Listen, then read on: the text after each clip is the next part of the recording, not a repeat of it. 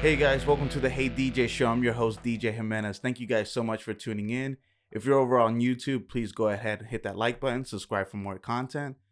You can catch this podcast on the go wherever you get your podcasts, and do consider following me on every social media platform at Hey DJ Show. With all that boring stuff out of the way, I'm happy to introduce my next guest, Basshh and Last Kall, formerly known as Basshh Kall. How you guys doing? Good. How about you? I'm doing great. How are you doing, Last Kall? Feeling fantastic, brother. Feel like $1,000. Oh, yeah. So, for those watching, yes, I don't have a third camera yet. I will one day in the future. Get off me. Last Kall is with us in this room. There's just no camera to see him, but we've already interviewed him, so you can check out that video. But we're gonna interview Basshh. So Basshh, you and Last Kall, you guys have a show coming up. Let's go ahead. We're gonna plug that in the beginning, and in the end, talk about it. Okay, so we have a show coming up at Syndicate Presents on October 16th. We're going to be headlining the after show of like all the big like EDM spots in the city. They're closing at around 3 o'clock, so we're going to be playing at around 3 o'clock.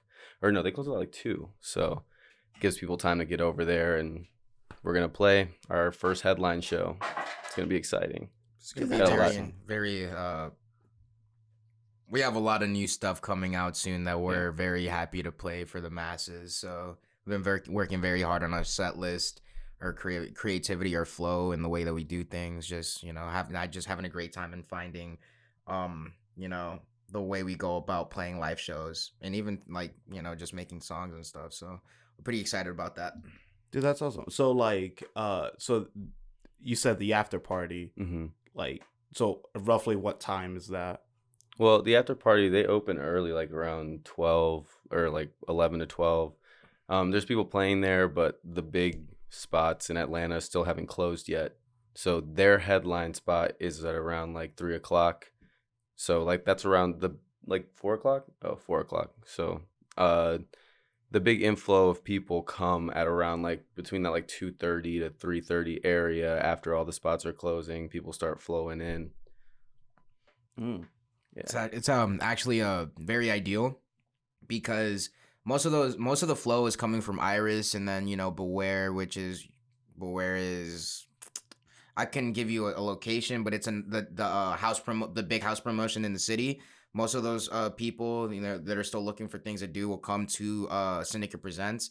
We're like resident DJs there, so it's just a very big cluster and mixture of all those like subgenres coming through to like just hang out for a little bit longer and just hang out with their friends and really just showcase the underground artists of Atlanta right now. That's what it is, a showcase of underground artists. Dude, that's what's up. And I remember I didn't go to your show when you played at Syndicate, but I did go to your show when both of you played at Syndicate. I feel like it was your second or third time. Definitely wasn't your first. Second time. Yeah. Second time? Yeah. And like I'm just gonna say two things about that. One, obviously you guys did awesome. Thank you. Because he was telling me during the interview about because I had yet to see you guys perform together to see what it's like, and I'm used to seeing one person spin, and they do such a good job, and then I'm like thinking, is it possible with two? And the way you guys do it is awesome. It absolutely is possible. And I talked about it. So people, you got to check them out. Like, you guys have a good synergy, and I'll probably go more in depth about it later. But you guys have such a good synergy because, and I'm not just saying this, I know it's easy because we're cousins, but like I owe nothing to you. So I'm complimenting you guys, legit. The way you guys, because it's loud in the room. So you're not really talking to each other, but you're mind reading each other almost. Like you guys are like across the board, your hands are over each other and all that stuff, and you guys are not bumping into each other, and you're making it work. You know exactly what the audience need, what the music needs, and I don't know anything about it, but the fact that like physical wise, you guys aren't bumping into each other and you guys aren't really talking to each other, that's some teamwork right there. So you guys have something for sure. Through unity, anything is possible. Always remember that. I think it really just comes down to like I have full confidence in his abilities, Mm-hmm. and I think it goes both ways where we both just know that we can do it up there. Like we know what we need to do when we get up there. Yeah. So when we get up there, we just go up there and do it, and like we don't get in each other's ways because we both know. Like I got full trust in him, he has full trust in me. I mean, there's definitely times while we're like spinning up there that he'll just say, "Hey man, let me go ahead and get this next double, or let me get these next 3 tracks or something like that," and I'll just be like, "Yeah, go for it." If this is like, if these are parts of the set where I'll feel like, you know what, let me go ahead and take advantage of this situation. Let's bring the beat up, or hey, let me slow it down real quick. I got some new tracks I want to play out. Just step to the side and just either I'll work effects for him real quick, or just really just let him do his thing and just work the crowd and just like have a good time. It's like it looks, crazy because it's 2 people doing it. Mm-hmm. But we've been doing it for so long that it's just one complete flow going through the whole time. It's never feels like it's being chopped up and compartmentalized into different genres, because we're just gonna be like, all right, speed it up, slow it down. Oh, let's keep going with this one because this is the vibe right now. Or hey, let's sneak this in real quick and let's give him that. So that's how it usually goes up there. So during your interview, we talked a little bit about like different styles, different genre of music, and you know me, like I'm just getting into it thanks to you. So how do you like it being so many types of music out there? And for layman's term, let's use like an equivalent, like rap to hip hop to jazz to rock to heavy metal. How do you guys decide what your genre is? Is it something like for me, I'm more into rock, so like I'll listen to like my favorite rock bands, and I'm like, man, I want to play just like this. So if I were to start playing an instrument, I want to almost mirror that. Is this the same thing with spinning? So do you mean this by DJing? Okay, by spinning, right? Yeah. So I'm gonna say what I'm gonna say, and then he's gonna say what he's gonna say, because you're gonna hear 2 uniquely different like views of this. Okay. So obviously we have our inspirations that come outside of EDM. Mm-hmm. I'm a big metal guy. I like rap music a lot, and that infuses a lot into what I do.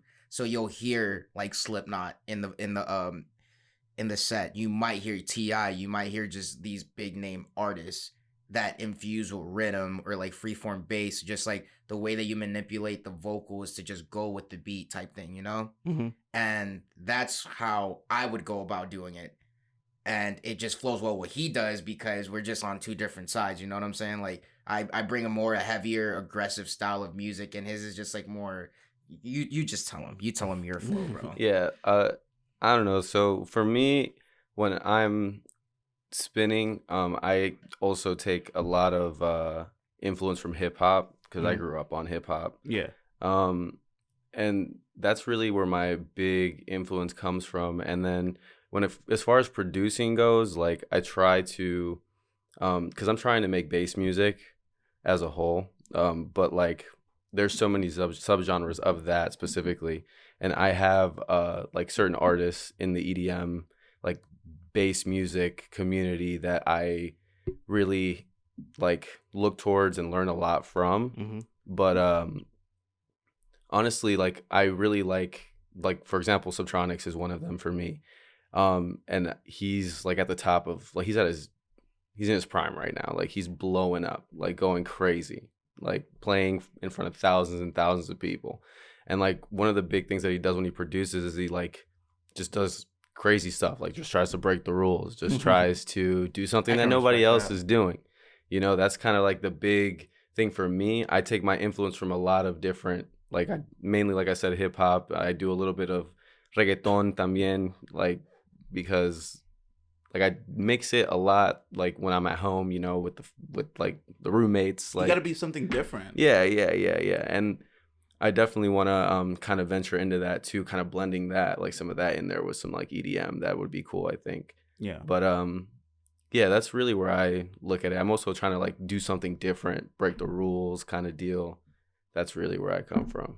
All right, so you mentioned rules. What are like real quick, like for me again, beginner, what is like a number 1 rule? Yeah. So What's a common rule? Not necessarily number one. What's a common rule? okay. So one of the big things is like, are we talking DJing right now? Yeah. Okay. Like, okay, so you're bringing up, are we talking DJ? Is there something else that Well, I DJing produce and production. and production. We're talking about 'cause production we too. produce and make our own music as well. Okay. So like, So let's do one of each. yeah. Okay. So for mixing, well, a rule that I'll let you do the DJing. So we've honestly been talking about this a lot, actually. You're not really. So one of the rules I know I break oftenly, and he's starting to pick up on too, is that in order to bring in one track and another, they have to both be beat matched, and that means that, like in layman's terms, like they're both clapping at the same time. The beat is together at the same time. Now, sometimes if you want to transition into something different, like hip hop, its range is all over the place. It's really hard to just find where exactly it's gonna be at, right?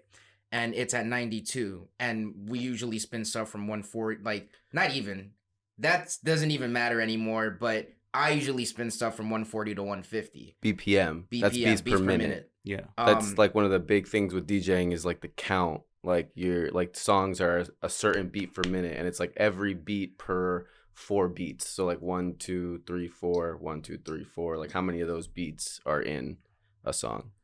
So you what I would continue, like, you know, what I would do is just take a 145 song, like an example, play it out, and then bring in a song from, let's say, like Metro Boomin and Gunna, and it's at 90 beats per minute. You're not supposed to do that, but the switch of the vibe is what I'm going for. So you'll just put effects on everything, and I just kind of do this like hidden trick that I'm just don't share with anybody, but it's like a spin out, but it's not a spin out, and it's like just a slow way of like echoing out that sound and bringing in another sound. So that's how I go about, like, you know, what, like breaking a rule in DJing. Like as far as production, like that's him. Like, All right, so breaking the rule in production. Yeah, so production, I guess one of the big rules is like clipping and distortion. So clipping. Oh yeah. I know a little bit about that because of podcasting. Yeah. So clipping is so there's sound volume, if like for layman's terms. Volume is we call it in production, it's decibels. Mm-hmm. So that's how you measure loudness, volume. And every song that you're ever going to hear that is professionally made and sounds good is going to be at around the ballpark of -5 decibels to 1 decibel. Mm-hmm.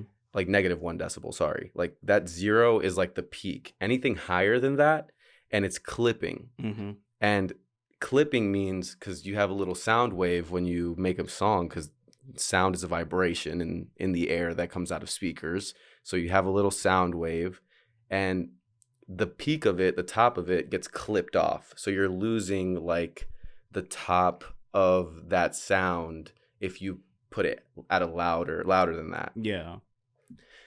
I'm in school for audio production at the Art Institute of Atlanta right now, and that's one of the big things that they tell you not to do. Don't clip. You don't want to be clipping. It'll cause distortion. Now, in EDM and dubstep, bass music, distortion can be a good thing. You can make it work in your favor. Yeah, you can make distortion work in your favor. You can make That's pretty dope. clipping something kind of work in your favor, and then you can process it to maybe kind of mitigate that. Like it's you breaking the rules, yeah, right? But like right now, I'm just in school, I think, to learn the rules so that I can break them correctly. Can learn how to break. It's funny because like you mentioned that, and like cartoonish mind that I have, I literally picture. I know this never really happened in real life, but I picture like the breakout of like EDMs, the first person to use clipping and distortion to their advantage. Some guy sitting in the Art Institute, and the teacher goes like, "You're not allowed to," and he's like, "Man, fuck you, I'm about to." And then he makes a big concert, and people are like, "What is this? It's clipping and distortion. I was told not to do that." And then they make money and become famous. So exactly. Yeah, I don't want to. I want to. There's certain rules you got to follow. I get it. Like you don't want to break them all, because then it just sounds like a computer throwing up. So, but. I feel like there's a happy balance there with breaking the rules and following them in music. I can see that.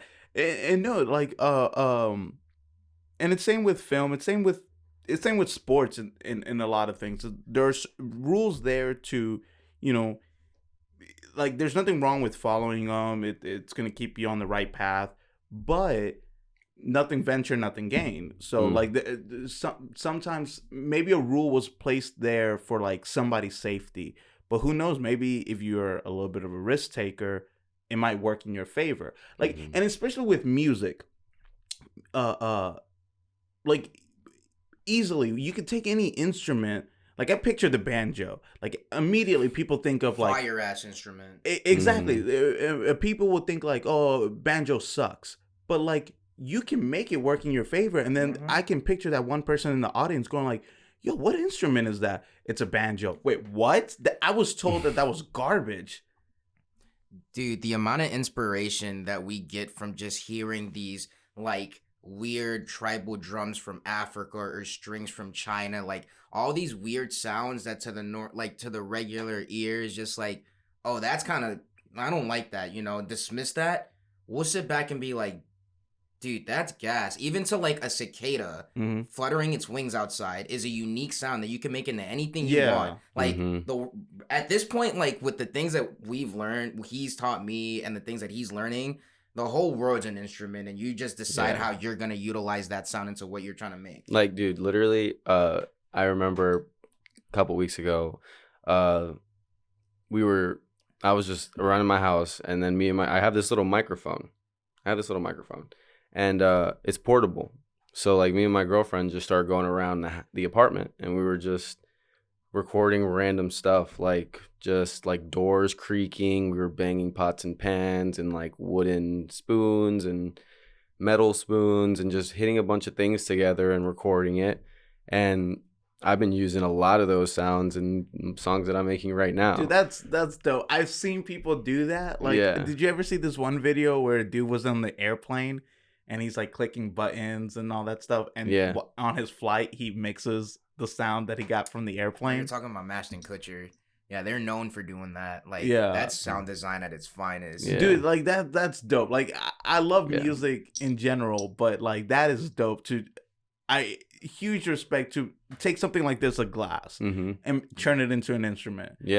Door creaking. In the apartment. Yeah, like that shit's dope. Like, see, there's another interesting thing you can do with that. It's called like Foley. Foley is like the sound effects that they make for movies. Like, because you hear 90% of the like movies that you make, or not that you see now, they're like, all those sounds were not recorded live when it was going on. It's a Foley artist that's going through and recreating those sounds like while watching the movie. Yeah. And like I had to do a project for that. I had to do a scene from Pulp Fiction. Not Pulp Fiction. Nice. Yeah, you helped me with it, remember? Oh yeah. Yeah, like I had to like recreate like a car driving down the street and like brakes screeching. You remember the scene where Bruce Willis is going back to the apartment to get the keys? Of course. That's the scene I had to recreate. He's a really big Quentin Tarantino person. I get it from him. That's dope. That's dope. Yeah, so I had to recreate that scene, and like the scene when he's like in the apartment complex, like, and he's like in the middle, like walking up the stairs. I had to recreate like stairs being walked up, and like I had to plug it in to the movie. It was really interesting. That's dope. Yeah, it was cool. And for any of our, producer friends or anybody that listen, pays attention to that, we produce on Ableton. Yeah. I had to do that on Pro Tools, though, because school makes you use Pro Tools because that's the industry standard. But Ableton, as far as, like, workflow and doing stuff. I hear Ableton is better. Yeah, for live performance. The only thing with Pro Tools and Ableton that's different is Pro Tools, you can have hardware. Like actual like hardware compressors, hardware reverbs that are like a physical thing that you plug in through like a mixer. Like, you imagine like all the studios with like the big mixer. They're all using Pro Tools. Like off topic, but not really off topic, is for 2022, one of my personal goals is to, like, these mics are USBs, but I'm actually upgrading to XLR for 2022, and I've been looking at mixers, and I've been watching tons of YouTube videos of like mixers / interface, and what they are, like how they work. And so now I know which mixer I'm gonna buy. $600, and I'm just like, Yeah, they're not cheap. No, they're not. Well, I can help you out with that, man. But the quality, I know see that. it. Yeah. I know mixers, and I use XLR microphones at school too. We learn how to like plug those in to route them to the hardware or the outboard gear into the mixer. Yeah. You're gonna have to get like an interface too. I'm helping a buddy of mine. He wants to start a podcast, and I'm actually helping him a little bit. And he was asking about mics, and the best way I told him was like, listen, I use USB. There's nothing wrong with USB. It's USB or XLR. The way I see it, it's like an automatic versus a manual car. USBs are automatic. They're plug and play. That's why they're known. Which one's better? Definitely XLR, but not to knock USBs. USBs are user friendly. They're great for those who are not tech savvy. I'm not tech savvy. Even though I know how to work a podcast, I still won't consider myself tech savvy. I just know a little bit. And XLRs, they're more manual. That's what the professionals use. They're a little bit harder to use, but when you know how to use them, they're more technical. But when you know it, you're more in control. The quality's there. Facts. Yep, exactly. Yeah, and then like it's that middleman with USB. You just need the mic, plug it into your computer. You're done. XLRs, you need to focus on the mixer and the interface. Yep. You can get the best XLR microphone, Mm-hmm. but if you have a crappy mixer, crappy interface, it's gonna show. Facts. So it's teamwork. Everything needs to work together. Mm-hmm. Yeah, for sure. That's an interface is definitely. I want to get that Apollo Twin interface. That's gonna. It's expensive though. we have like some we have Yamaha speakers at the house. Yeah. That are, they're pro speakers. They're designed for, like producing and like, DJing and all that. But you can't use them until you get that interface. So like we're just like kind of standing by on that and just kind of like just It's an producing. investment. Yeah, we're just producing on what we got right now. Yeah. But the end goal, just like you have something like that, is one of the things on our list to continue growing the studio that we're making right now. Yeah, it's like everything costs money, man. Upgrading everything The is first crazy. interview I ever had with my buddy Steven, I forgot what we were talking about, like specifically, but we mentioned hobby, and then it just popped in my head. Name me a hobby that's not expensive. I don't think it exists. There's no such thing. There's no such thing. But then I challenged You know how expensive myself. jiu-jitsu is? Exactly. But then I thought about it. Wait, but here's a fruit for thought, or like something fun to think about. You don't have to answer it right now. Maybe at the end of the show. What do you think might be the least expensive hobby? Bird watching. Yeah. You literally, as you were saying that, I was like, bird watching for sure. It has to be free, bro. All you gotta do is look at fucking birds. You just need like a little notebook to write down the birds. No, you see. literally, bro. You buy one book that it's like not an itinerary. A bird That sounds so cyclopedia. stupid. A bird cyclopedia. And you just go out there, you flip your page, like, wow, that's a cockadoodle or some dumb shit like that. Deadass. It's easily the cheapest hobby. I'm sorry, Next to minding your business, but we can talk about that another day. Hell yeah. That's a good hobby to have. It's a good hobby to have. Oh shit! I was trying to be professional. Oh god. Man, I should get in stand up now too. Sheesh. Oh Now you fuck! trying to I'm be like crying. Huh? You trying to be like Taboo? Nah. I'm feeling a little inspired from a podcast we were listening to earlier. God, birdwatch. Man, It's funny because I'm thinking about it. Maybe a binoculars, a bag of bird seeds, and a notebook. Not even because you're bird feeding at that point. That's not bird watching. So but you want to put bird seeds so you can attract the birds, and then you just have it's not natural. The most expensive thing is probably like binoculars. How's that not natural? Because it's not a vibe. It's not. You're hunt for birds, you're interfering with nature. How are you gonna hunt for birds though? You just look into the sky. That's in the name, bird watching. When you want to win an animal's love, the first thing you do is feed it. You feed it. Yeah, no. Wow. So no. Big chest things around these parts. We I'm gotta not a figure out who bird. the alpha animal is first. I'm not a bird watcher, but yeah, a bag of bird seeds, binoculars, a notebook, and a bird book, and Yeah, that was for okay. It's the you least forgot the expensive. most important Alright. part about that. Yo, people, comment down. What do you think is the most least expensive hobby? A The bag full of least vibes. expensive. Every hobby is expensive, but we just found one. You found that quick. Yeah, Yeah, because you you were did. literally saying that, and I was like, That's fucking Bird funny. watching. Oh my god, I'm so because sorry. I'm not gonna lie, you know, I'm 25, but I be looking outside my window and I'm like, that is a nice whatever the fuck that is. It just has some really pretty colors to it, and I'm digging that. Roberto books of birds. This is a whatever the fuck that is. That's No, nice. for real. That's, Whatever. you're just like, wow, that is a beautiful thing. What is that? And I'm like, I'm not gonna even attempt to Google it because I'm just like, blue with a speck of yellow on the wing. I don't know. That's freaking. Dude, my mom has a little bird feeder right there on the porch at her house, and she has like a couple of hummingbirds that come through all the time, like every day, once a day. Whenever I'm over there, I see the hummingbirds. Hummingbirds are fire. Yeah, they're lit. God, I remember. I'll say this. No, we'll go back, but I remember. I was born in New York, and I lived there for like till I was 8, 9. What part of New York? The Bronx. Yes, Word. got to plug that in. Yeah. And I just seen pigeons all my life. Oh, And yeah. pigeons are, whatever. Don't get me started on my conspiracy towards pigeons. Oh, Birds shut aren't real. up, shut They're up. robots. Shut up. Anyways, so just seeing pigeons, I was like, oh, they're they're not on a sports team mascot. You're not gonna see like the freaking Detroit Pigeons or some shit. Yeah, Like, we should call our team the Atlanta Pigeons because of how horrible we are. Sorry, Yeah, I real digress. that's a good one.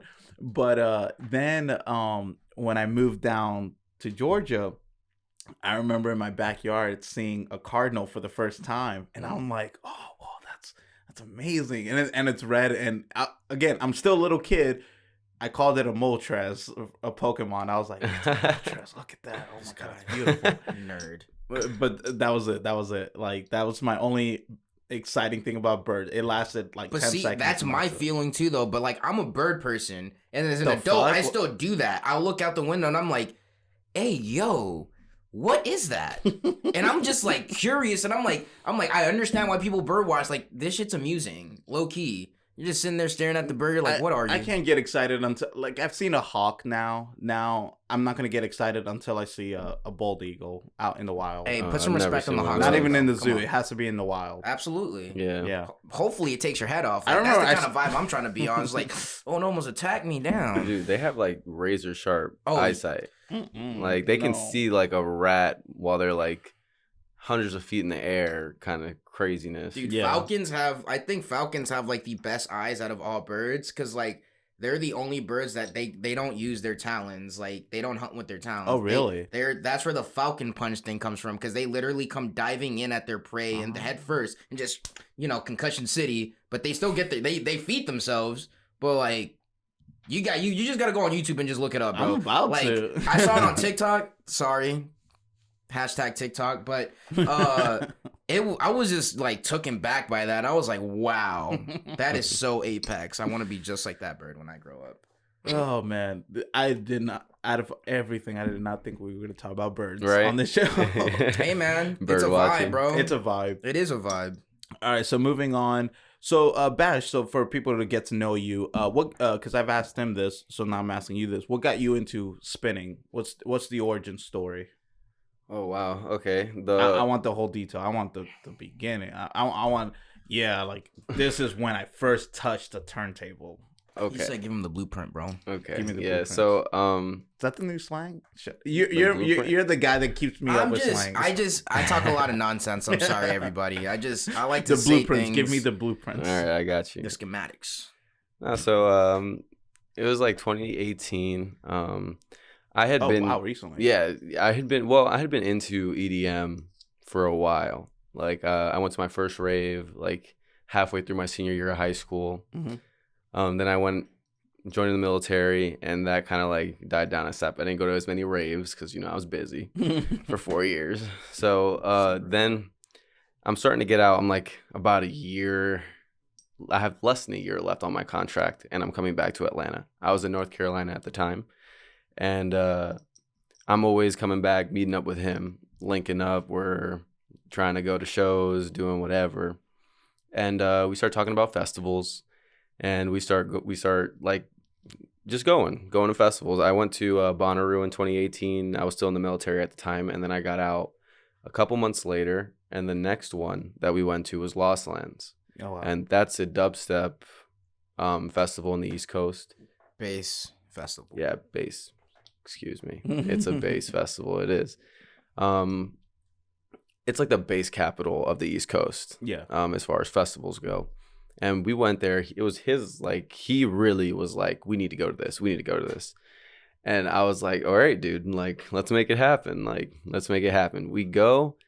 And after we go, our minds just blew. We went full, like, trance mode, like, looking at, just in a trance, looking at this, like, oh my gosh, this is amazing.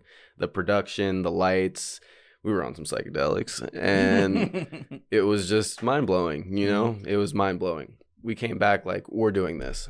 So we start out on a little, what was it called?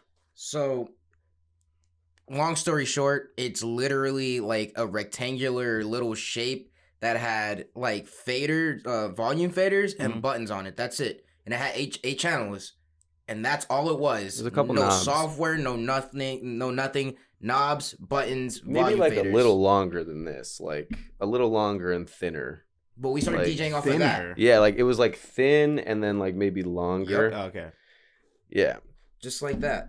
And like it just had a couple volume knobs, and we could plug it into a laptop, and we got a DJing software, and we just started downloading music, and we started trying with that. And over time, we upgraded to a little like 2-channel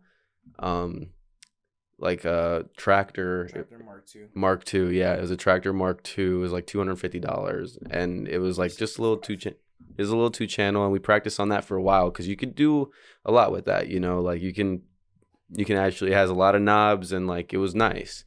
So that was the upgrade after that little thing, and after that I upgraded to like a 4-channel, like a bigger one that I could actually take and like use at shows and plug in. It had XLR ports. The other ones didn't have XLR ports. And that's what we're using right now. It was honestly this last year that we finally got on some CDJs, which is like the industry standard. That's what everyone's using. Nice. Those are like $12,000. Like For one. No. Oh. 2,000 per. My bad. You said 12,000. Because it's like a little mixer. It's like the big mixer in the middle, and then you have the jog wheels. And it's for the jog wheel ones, and each jog wheel is a piece. It's like 2,000 per jog wheel, and like 2,500 per the mixer. Add all that up, it's like 12,000, like give or take, plus taxes, whatever. Like it's ridiculous, but that's like the dream next. Like next move would be upgrading to those, so we can have those at home and practice. Because you go to once you start getting booked. Jeez, I can't speak. Once you start getting booked, you need more drinks. Yeah, right, dude. Can I have another one? By the way, I just finished. Yeah. Here, I'll go get you. We'll Onto the pause. camera. We'll pause. All right, guys, we're back. Sorry about that. We had to go get some more drinks. Yeah. But yeah, like I was saying, they're like way expensive. That would be that's the next upgrade for us. No, that's good that you say that, because it reminds me of this with this podcast. Like, so for anybody listening, I'm just gonna plug this in. If you ever want to start, and you're not as tech savvy as me, just start with a USB mic. Have a decent computer. If you want to do video podcasts, just grab your iPhone, grab your Android, get a tripod. That's the bare essential of what you need just to get started. After that, you'll learn the basics, and then you'll get better. So for me, like I mentioned earlier, in 2022, I'm upgrading to XLR. I'm getting a mixer. I'm getting this like Rodecaster Pro. It's like made for podcasts, and I'm so excited to get that. But yeah, no, I know how expensive it is. For me now, like I know I say this now, but I know that once I get it, I feel like, okay, I'll be set for at least a long time. Yeah. Do you have that feeling with spinning? Like, if I can upgrade to this set of equipment, I'll be set. So for that's a while. what I did. That's what I did before. And I think, both of us, because he has another 4-channel we mixer. both have like a pretty fire setup in both of our houses. So it's enough for a while. Oh, wait, real quick. I just remember what you last left with. You left with when you start booking shows. Oh, yeah. When you start booking shows, at bigger spots, they're going to have CDJs. 9 times out of 10, that's what they're going to be rocking over there. So you don't bring your own equipment? No, at the bigger spots, no. Like our headline show, they're going to have CDJs there for us. Okay. And those are a whole different beast. They're like different. They're way more expensive, way more knobs, higher quality. They have touch screens on them. You don't need a laptop to use them. You just need a USB with all your music, and you just plug it in, and it loads it all in there for you. I was always curious about that because that one show. Sundays, yes. Thank you. Like, so Sundays, I noticed that because you guys were on, and then GYU came right after you guys. And didn't use the laptop. And then you guys, it was seamless. Like, you just went and then went off, and then I was like, wait, isn't that your equipment? You don't need to pack that in. Not at all. So that's pretty cool. Okay, so it's cool and it's complicated. I get that. If you don't teach yourself, okay. So, Sebastian and I have always been very big on capturing the essence of true DJing, and that is blending 2 tracks together and just vibing with a crowd. You don't look at a laptop screen. That new generation of DJs, and a lot of the new generation of DJs, including us, because we do it too, we're so used to having that DJ software in front of us that we can see all the tracks layered onto each other. So it takes away from the work of, I don't have to really use my ear anymore. This is more of a visual representation. Now, when you get onto CDJs and the controller that we use, that Parallax, you don't have a screen. You have to do that purely off of audio. And from the beginning, because our mentor told us, like, don't ever get don't get used to the habit of using syncs, and don't get used to having a laptop. So we really just DJ'd from the time we started to now, just like kind of looking at the number, getting the BPMs right together, clashing it, and then just going to work from there. Just letting go of the screen. And that's honestly has like complemented our DJing tremendously going into CDJs, because it just seems seamless. Like, we didn't have to worry about it because we already knew what we were doing. It is intimidating because it's professional equipment, but it like wasn't though. You know what I mean? Like, when we really got into it, it's like, all right, bet, like, we're getting that flow. All right. He got it, I got it. He got it, I got it. And we're just like going with it instead of staring at a screen the whole time and just like, we'll, play a song, look at the key real quick, look at the crowd. Oh, they're vibing with that, bro. Give them another one of these. Just kind of like that. That's that's how it goes. Is that how it goes? Yeah, that's how it goes. It's I think for us right now, what we're missing is we need to get comfortable on them. Because we don't have, we know what we're doing on them. Like, we can get up there and do what we got to do, but we're not comfortable on them yet, because when we go home, we're mixing on something different. Gotcha. So that's the other thing is, like, when you're practicing, you want to practice on what you're going to be playing on when it matters. You guys were in the military, so I remember hearing this thing from this documentary that there's nothing necessarily special about standard issue equipment, but there's a relationship that you build with your standard issue equipment, like with your weapons and stuff, and it's yours. You know how to handle it, and so that's the truth, because like for me, I was in an infantry unit, so like everybody had their weapons, and like I drove trucks when I was in infantry, but I supported them, and like all of them, they had like their own like custom stuff attached to their weapon, and everything was like theirs. They were comfortable with that, they knew that because that's how they set it up, and like that's they changed it to make it unique to them. No, so I get that. Like, I could see that, but I think again, it just speaks to your guys' talent that even though you have a different equipment at home, when you're put on the spot, you're able to adapt that quick. Oh my God, the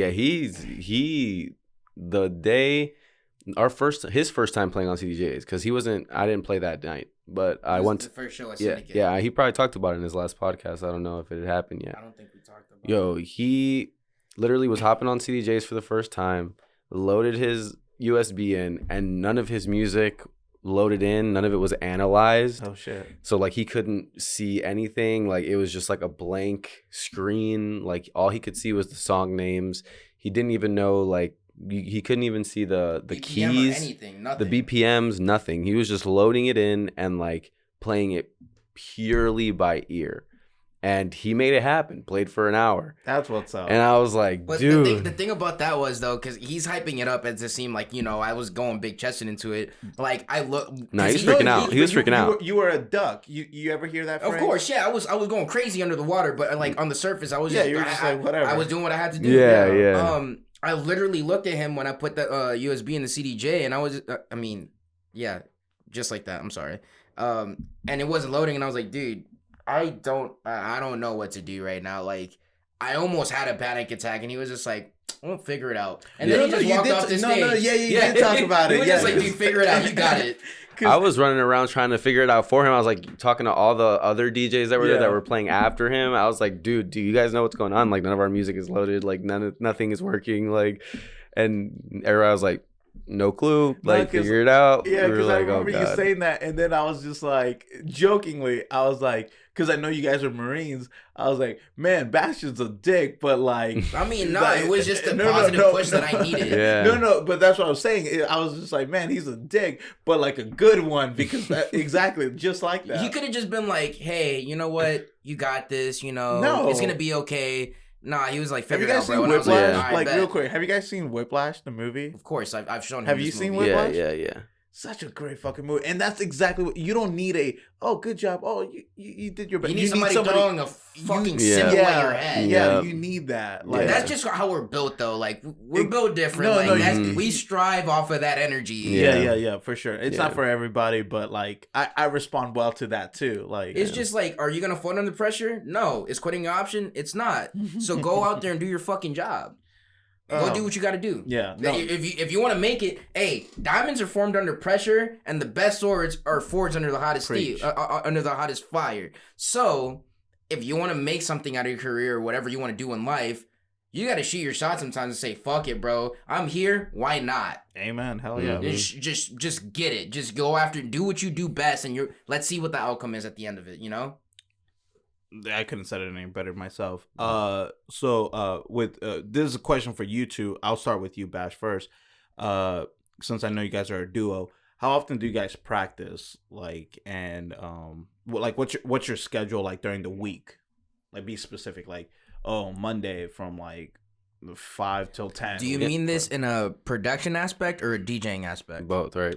Well, both. Since I know you do both, but your ace is production. Yeah, like, I try to DJ every day for for a certain amount of time, like whether it's 25 minutes, like. But also, he focuses a lot on DJing too. I focus more on production. So like because I have roommates. I live in a small apartment. I live in a small apartment, and like.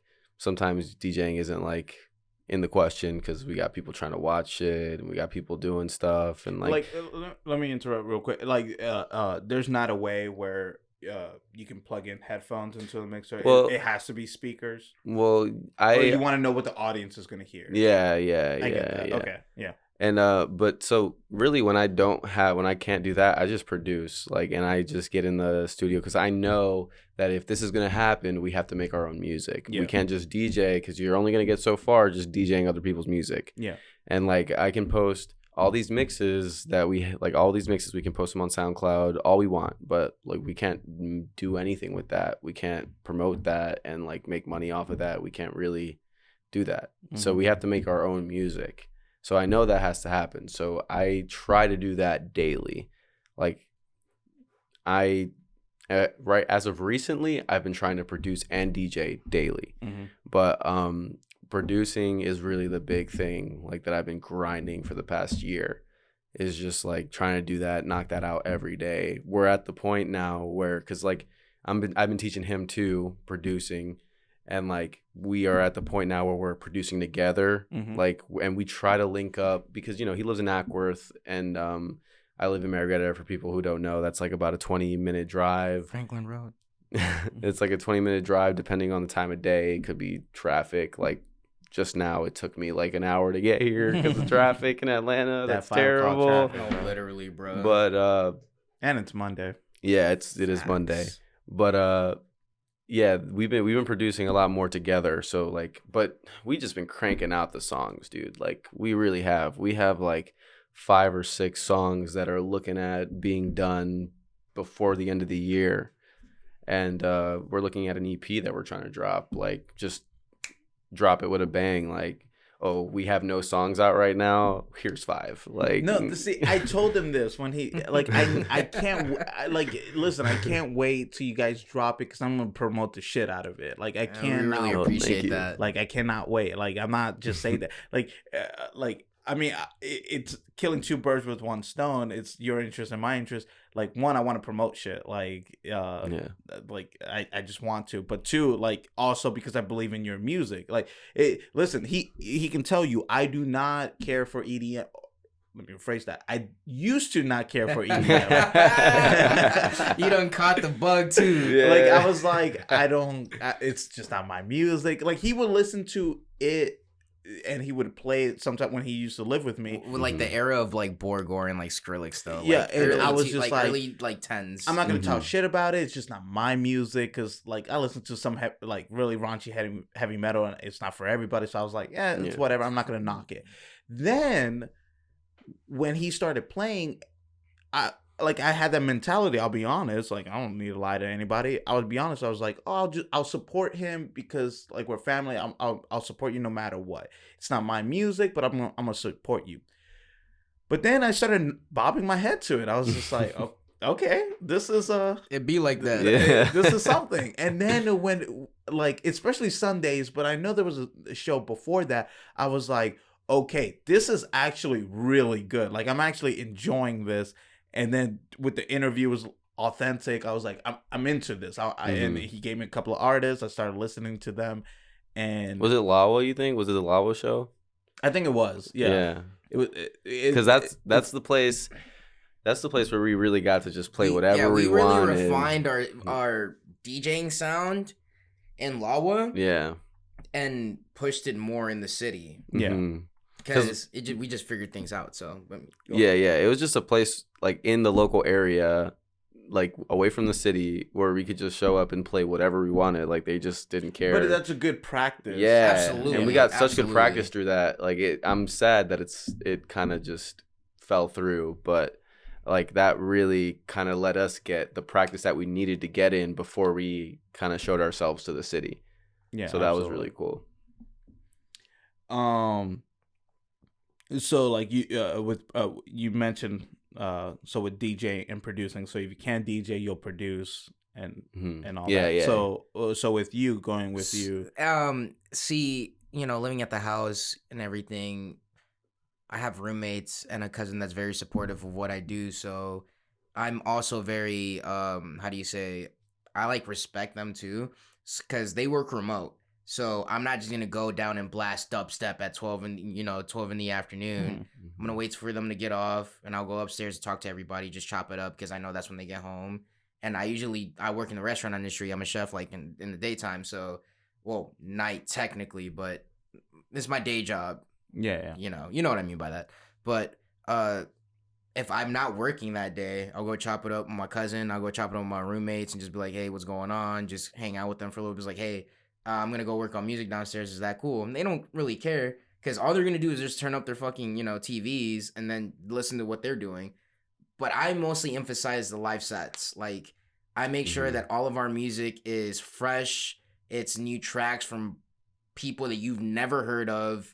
And I'm just always researching, just trying to find a lot of things in his domain of music and mine too, which really isn't becoming two anymore. It's becoming one because slowly and surely, I'm just getting more interested into the more literal freeform aspect of bass music.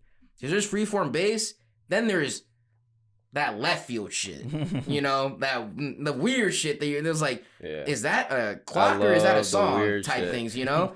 But I've hung around, like we've just been around each other for so long that if I hear a song and I'm like, I don't really like this, I'm gonna download it anyways because that's Sebastian shit. Yeah, just have it in the folder, just good to go. That's what I really focus on. And the more we go through this journey is the more that I learn about music production, and I'm more comfortable into going into Ableton and actually making music. But it just really like falls back on that part of it, falls back on him. Mm-hmm. And as much as he teaches me is the way that I go about that situation.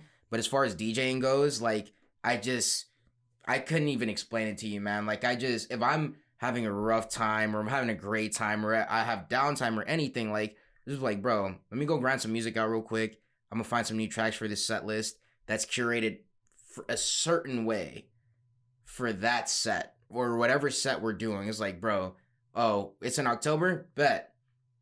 Let's put some spooky shit in there. And then we're gonna sample things from like A Nightmare on Elm Street or Halloween or all these other things into a build-up drop, and then it goes into like just some crazy shit. Like that's how I work. So I do it every day, honestly. Like almost every day. I'm not gonna cap. For how long do you do it? That you try to shoot on average. On average, throughout the day, 2 to 3 hours. That's good. It just happens naturally. I'm not saying it's like 2 to 3 hours off a rip. I might go spin for like an hour, and then throughout the day, as I'm playing 2K, I'm listening to tracks and I'm building set lists, or I'm like listening to art, like his mixes or my mixes, and I'm like, we don't want to put this out, or we'll pick like that's how I go about it, you know? Yeah, it's like really heavy at the beginning, and then the rest of it is like chill, kind of ciphering through the music, the mixes, what we want to do with it, and then kind of like the more business approach to that shit. So, sorry, but that's how I go about it. Like, so it's just about the live performances and like how we're gonna give it to the people for me, and you know, all the production comes from him. So I think we have a good dynamic because I think so too. Because it's like he's looking through music. He's looking for music like constantly, daily. You know, like daily. He's looking for new music. He's looking for all the new stuff, and then like. I have ADHD, so I'm just gonna come clean on that right now. I have a tendency to procrastinate. Oh man, I don't think I have ADHD, but I procrastinate the fuck ton. Yeah. I need to stop. I'm in school. Yeah, I have a tendency to do that. So he's always constantly looking for music, and I like wait until like the last like 5 days before we have a show, and I just.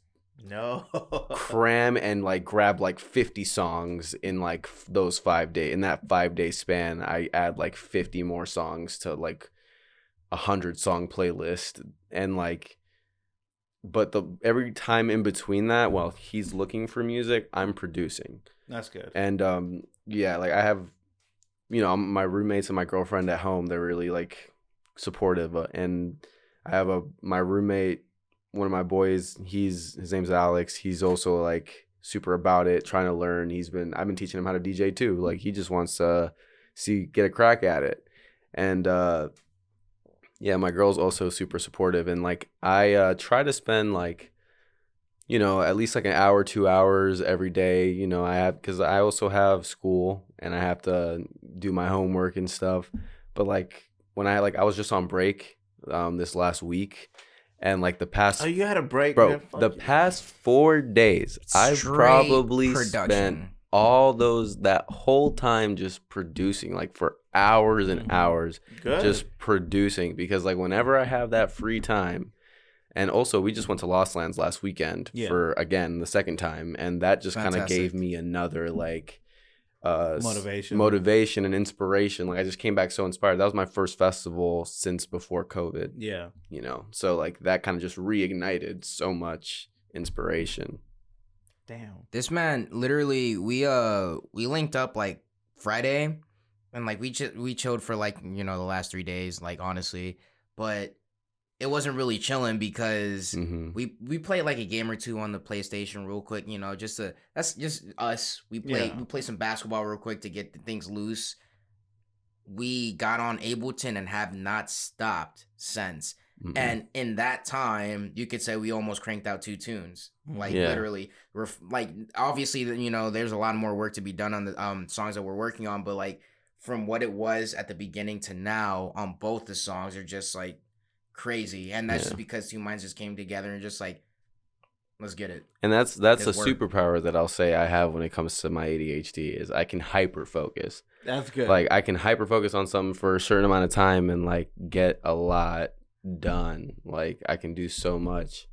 So like I've worked on like 5 different songs since I started on Friday, and like now before I had like 3 that I thought like, okay, these might be done, these might be good. Now I have like 5, 6 that are like in the works that have a lot of potential that just, you know, need a little bit more elbow grease. Like completely originally produced music at that too. I want to say that it's all originally produced. Yeah. So that being said, because you know I've been waiting on this, ballpark it. When do you think you might be able to release your originals? So I'm just You don't have to answer. I'm a we very can answer stubborn. that. Your fans, bro. I'm a We can very answer stubborn that. person. And I like to set deadlines so we just You gotta have set a something to deadline. work Yeah. for. Mm-hmm. But all in all, for the best product and an actual, because we're not gonna release like 1 or 2 songs. We're releasing like a EP. I'm not gonna give a track like how many tracks we're gonna release yet. You'll just tune in for that, you know, when it happens. But I would say the beginning of next year we should have something ready for y'all to go. I was gunning for November. But at the rate that we're going and the rate that we're trying to chisel at the marble, early next year will be our first EP. I think I could potentially have a single ready before the end of the year. You gotta have a single. Yeah, I can have a single ready. I have like get your fans. I have hyped. some songs that are like done in full, but yeah, like I'm also trying to learn the whole mastering side, mixing and mastering side of music, which is also a thing, like making it sound, you know, complete and finished, and like getting all the sounds that you want out to stick out, and the ones that you want quiet to be quiet, and like those at the right times. Like that's the big learning thing that I'm trying to like grasp right now. And that's like, you know, the key to like releasing something that sounds like a professionally finished product. Yeah. You know, because we could say like, yeah, dude, I could fucking just get a couple songs ready, 5 songs, put it on an EP, release it by December 15th just because it's my mom's birthday, and be like, here you go.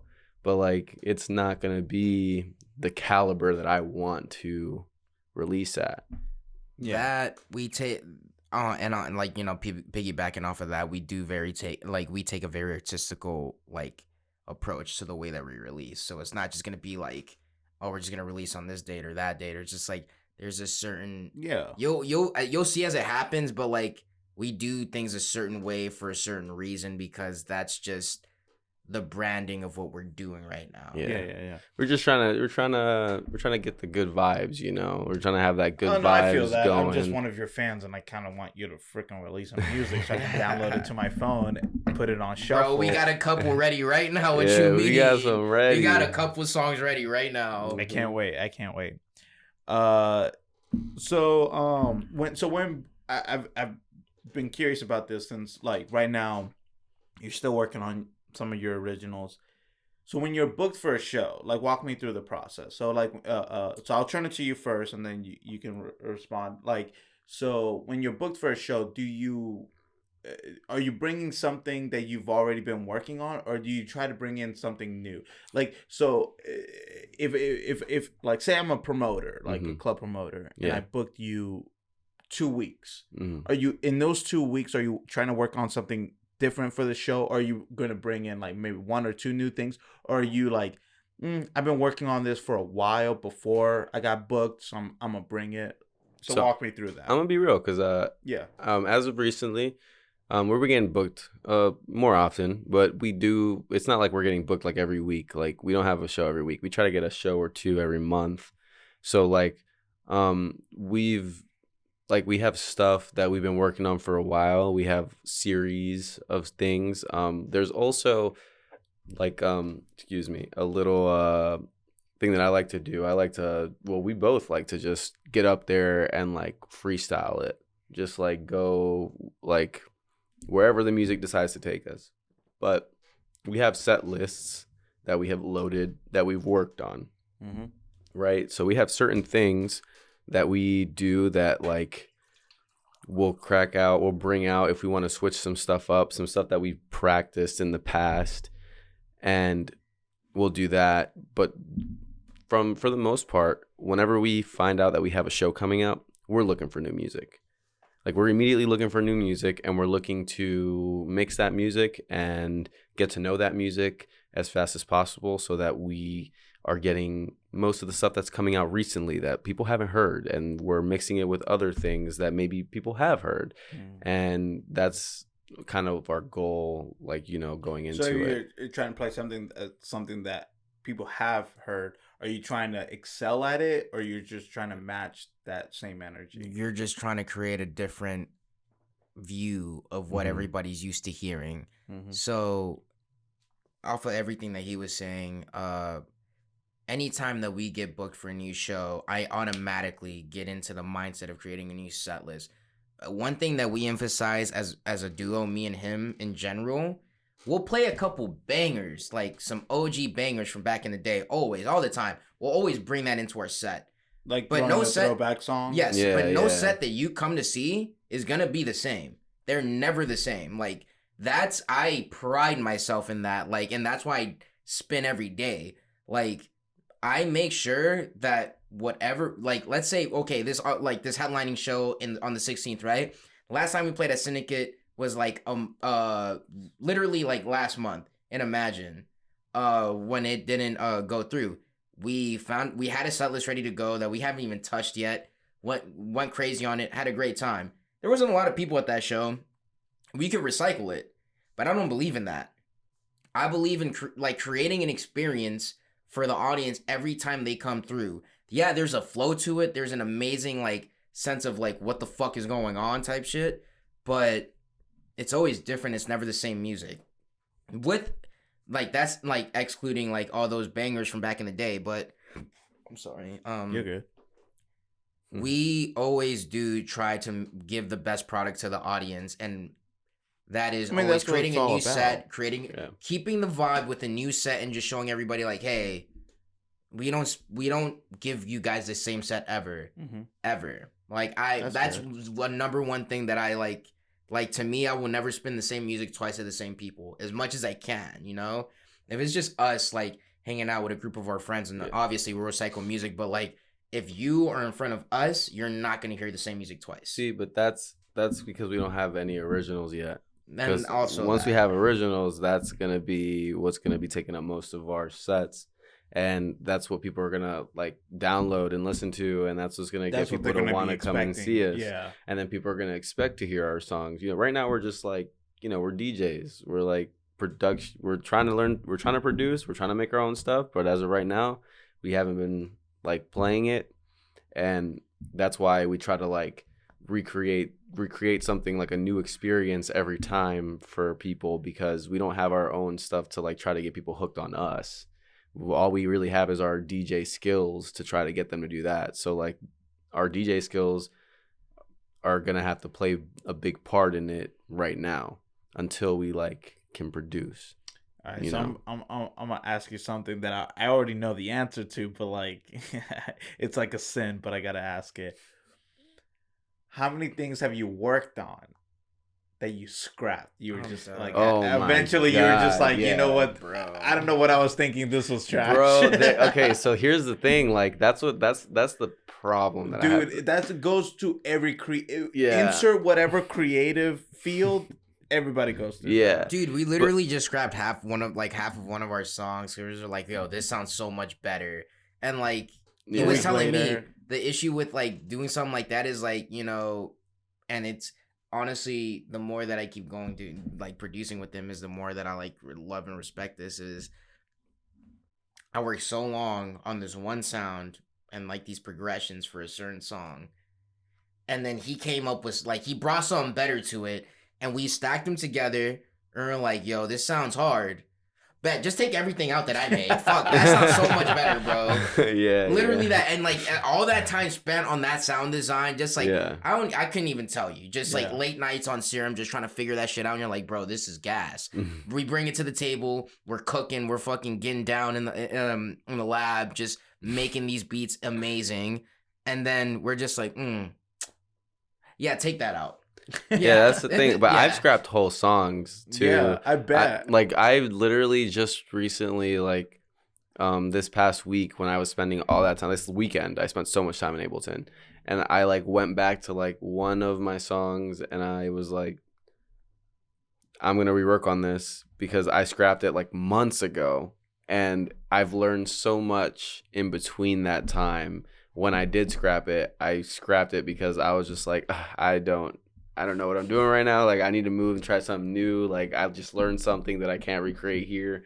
Now I go back to that and I'm like, wow, okay, I can maybe edit this, fix this. Let's do this. And now it actually sounds pretty complete. And I'm like, wow, okay, that was cool. Like, but I scrap so much stuff like all the time. I still have like 3-4 songs that are just scrapped that I'm not even touching right now. You don't delete them, do you? No, never. They're not. They're still sitting there. Because, like, if I ever think to go back and want to go back and I'm like, oh, I've learned a lot. I could probably do something with this and refix it. Good. Let me go back and do it. Yeah. No, I've learned a little bit. Even though I don't do what you guys do with music, I've learned some things to delete and some things not to. Like, it's good to just try to keep this in reserve. Yeah. Yeah. No, That's but for like sure. I've talked to people who scrapped, who scrapped a song, and like I had this one buddy. He used to rap a little bit, and he was really into lyrics. He was really poetic, and he would tell me certain lines he came up with, and I'm like, dude, that's awesome. Like, that's gonna be a hit. And then a week later, he'd be like, "Oh yeah, I scrapped that." I'm like, "What do you mean you scrapped it? You had something. What are you telling me?" He's like, "I had something better." Yeah, and so like that. I know that it's in, again, insert whatever creative field here. Everybody goes through that, except for podcasting. Even though podcasting is creative, like, we don't scrap. Like, whatever we're recording, that's what's gonna be. Yeah, it's live. We're doing this on the spot. It's not live now, but like, because I still have to edit. One day, I'll get the technology and we'll be able to do it live. Well, yeah, but you still. But I treat it like it's live. Yes, like whatever we're talking about here is what you're gonna see. But in a way, we don't deal with that. But you guys, in the musicians, you guys deal with that, and because you're satisfied for that 1 week. You had a good week, and you're like, what I came up with is great. And then next week, you listen to it again. Maybe you had a bad day at work, and you just listen to it, and you're like, I don't know what the fuck I was thinking. This isn't good. I think that also goes back into the confidence of what you're doing too, though, because there are times where, like, an example, you'll record a mix, and you'll be like, yo, I'll fuck with this. Come back, listen to it, you're like, this is terrible. But I'm having a bad day. Let me come listen to it again. You listen to it, it's like, there's components of this that I like. Yeah, and then you kind of just dissect it from that point. I guess, I don't know. Personally, I don't think we would ever throw away a sound because, like I told you, your world is the instrument, and you just got to refine it into what you want. So let me turn it to you. You have a girlfriend, and she's very supportive. And like, I've met her. She's a really nice person. Does she ever? Is she ever hard on you? Like, I know she might watch this later, but like, it does not live, so she's not watching now. You can be honest. It's all good. It's all good. So does she ever? Is she always like? Not that there's anything wrong with it because it's full of love. Is she the type to say like, "No, babe, this is good. Like, you got this," or does she ever criticize you? Like, "Hey, I think you could do better. I love you, babe, but you could do so much better." Yeah. So, that's the thing. So I wanted to mention before when like you were saying something about like you need somebody to like be on your ass basically, like trying to get you moving, and I really am grateful to her for that. She's always like, is she that? yeah, like literally That's it could be like a couple days, like a week. I don't work on music. I've been like, homework, like trying to spend time with her. And I'm like, she's like, you should work on music. Like, how long's it been? All like, I haven't right. seen you work on anything. That's a What's fucking diamond right yeah, there. I Good. know, Yeah, I know, I yeah. know. And Facts. she like, it's always like that. But Nah, because most of them be like, oh, he's not working on music. Good, he gets to spend more time with me. Yeah. But if they go like, all right, he spent time with me, I'm satisfied. That's great. All right, I need you to work on you. yeah, like I also like I try to spend as much time with her as possible. That's good. Like I do try. Yeah. And I make an effort, is what I'm trying to say. And as far as the music goes, like when I play it for her, she does try to give me critique. Mm-hmm. And 9 times out of 10, when like she gives me some critique, I'm like, yeah, like she has a point. Like and I'm not gonna sit here and say that she has the most refined ear for bass music. No, but like, she's saying it out of place of care. Yeah, like, exactly. And because she knows you better than a lot of people, Yeah. so she's like, listen, Basshh, I know you're good. This isn't up to your standard. Mhm. I don't know what it is. Maybe you're slacking. Yeah. And then maybe it's like, you know what? I didn't sleep well, or I didn't eat right today or something. You know what? You're right. So it's either that, I'd say like sometimes I'm just missing some stuff in the music, like, or, there's like a process that Mhm. goes on when it comes to creating a song from scratch and then just getting it to the finished product. There's a process, and like, I'll work on music for a day and get to a certain point in the process, and then it's missing things, or it's like some things are too loud or like whatever, and I'll play it for her and she'll point it out and I'll be like, yeah, like you have a point there, like haven't gotten there yet, like let me go ahead and do that, because it's a lot of steps. Do you man. ever get stubborn? Be like, Yeah. you don't know what you're talking about. mean, Then no, you no, listen no. to it a little That's bit a and you're great like, question. Yeah, I do get like, honestly, because yeah, like I said, man, like it's well, not like I said, but it's like the ego, like yeah, that's like she like some people try to give you critique on your music, and depending on how the delivery goes down, you react a certain way. I really try to like not do that. I try to like keep that suppressed. It's hard though, like you can't get rid of for that. sure. You can't get rid of that kind of thing. I get the same thing with podcasting. Like, Mhm. this is like, really all I need to work on is my studio and equipment, and more so me. I do stutter a lot, and say and like a lot. But as far as my guests are awesome. All my guests have been freaking awesome. So but there, every now and then there's some people, and I'll be on, like I'll be fair, their heart's in the right place. Their execution might be a little poor sometimes. Yeah. Not all of them, some of them, where they're trying to tell me how to do my podcast better, and they're giving me these critiques, and I'm taking them. I'm like, oh yeah, but like really, it's like, no, you don't know what you're talking about, or you don't know what I'm capable of. But no, I completely feel that, especially with somebody who loves you, who cares for you, like, and probably doesn't have an ear for it as you guys are. So like, they're trying to help, but at the same time, they're like, I don't know how to convey this so much in words. Yeah, that's the disconnect I feel like that we like meet at. Like she tries, or like she'll try to like tell me something, and like she doesn't study music, so like she doesn't know what she's trying to get across. She's trying to get it across like the best way she knows how, but she doesn't understand music, so she can't like tell me. It's another language. Like, it's Give another me that right language. terminology. It's the terminology. Like the vocab. She's missing the vocab words. So like she'll try to like explain it to me, and then like sometimes the vocab words or what she's trying to explain isn't necessarily like the right way to say it. Yeah. So then I take it like sideways because I'm like, what? That's what you're trying to tell me right now? But like it's just a misunderstanding. It's just like her trying to express it the best way that she knows how. So like recently I've been better at like just being like, okay, like let me try. Like, what do you mean this? Like I start just soloing things in the song. Like, is this what you're talking about? Is this what you're talking about? Is this what you're talking about? I do it with when we produce together too.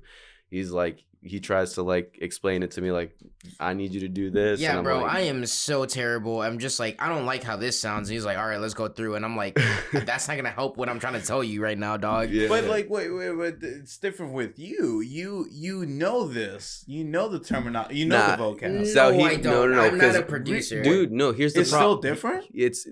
I go Yes. to school. I'm going to school for audio production. Yeah. So I'm learning all these vocab words, and Yeah. I'm also like, I'm producing and I'm learning those. He DJs mostly, and he's been just recently picking up the production side of it, and I've been giving him the knowledge like that he needs to just Okay, go. so like, let me say this: is it like, I know DJ and producing are two different things. I get that, but like, they're still within the same realm. Yes. So that being said, like, is there still where like it's expected where he's not gonna know certain terminology that you are? Yeah, there's You're still nodding your certain head, yes. terminology I know that he still hasn't picked up, but there are terms that, there are terms that coincide, like correlate with each other in the DJing and production realm.